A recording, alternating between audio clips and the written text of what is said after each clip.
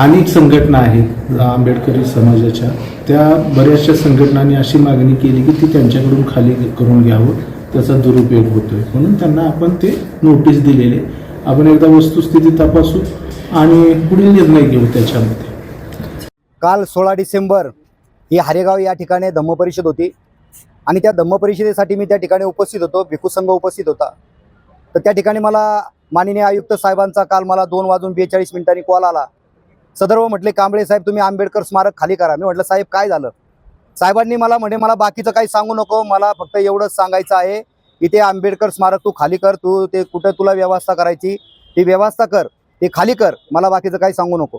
मी साहेबांना विनंती केली बा, तिथं आमचे बाल भिक्खू राहतात, भंतेजी राहतात, मी कुठे जायचं?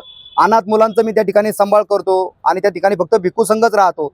तर ते म्हणे मला बाकीचं काही सांगू नको, मला ती वास्तू खाली करायची आणि मला दुसऱ्याला द्यायची आहे. मी म्हणलं साहेब दुसऱ्याला काय द्यायची आहे? तर मी सदर्भ तुम्हाला 2022ला म्हणजे 5/6/2022ला मी तुम्हाला रितसर मागणी केलेली आहे की सदर्भ समाजाच्या हितासाठी, समाजाच्या कल्याणासाठी ही जागा मला महानगरपालिकेने जशी तुम्ही इतर समाजांना जागा दिली तशी त्या पद्धतीने मला माझ्या समाज कार्यासाठी ती जागा हवी आहे. त्यानंतर मी 17/11/2022 रोजी पुन्हा त्यांना पत्रव्यवहार केला की सदर आयुक्त साहेब त्या ठिकाणी त्यावेळेस उपायुक्त होते आणि शंकर गोरेजी आयुक्त साहेब होते.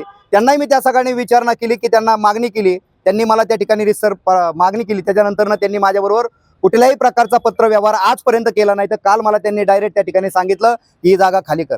त्या ठिकाणी लहान मुलं त्या ठिकाणी शिक्षण घेतात, जे मुलं अनाथ आहेत, ज्या मुलांना आई नाही, वडील नाही किंवा कुणाला वडील नाही, अशा मुलांचा सांभाळ त्या ठिकाणी मी बौद्ध धम्माच्या माध्यमातून करत आहे. त्या ठिकाणी बौद्ध धम्माचा प्रचार प्रसार करत आहे. बौद्ध धम्माचा रथ, निर्वाण रथ त्या आंबेडकर स्मारकामध्ये पार्किंगला असतो. तिथं कुठल्याही प्रकारची ट्रॅव्हल्स, कुठल्याही प्रकारचे खोल्या भाड्याने, कुठल्याही प्रकारचं काही होत नाही. तर त्या ठिकाणी महाराष्ट्रामधील इतर भिक्खू संघ, मग भीमा कोरेगाव असतील, अनेक खारेगाव असतील किंवा चौदार तळ्याचा सत्याग्रह असेल, तर असे नागपूरहून, विदर्भातून येणारे लोक आंबेडकर स्मारकामध्ये त्या ठिकाणी आश्रय घेतात आणि त्यांची त्या ठिकाणी आम्ही चांगल्या प्रकारे देखभाल करतो.